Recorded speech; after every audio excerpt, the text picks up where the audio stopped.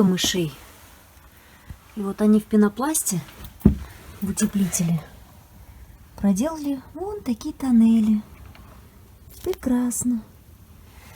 Вот вам сюрприз. Как с ними бороться, не знаю. Когда снимали обшивку, конечно, никаких мышиных нор не было. Пенопласт был цел. Все было замечательно. Но сейчас, видимо, с нами будут жить маленькие, серенькие соседи.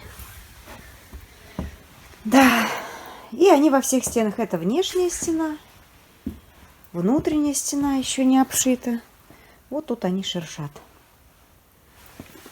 Нагрызли. Так что вот.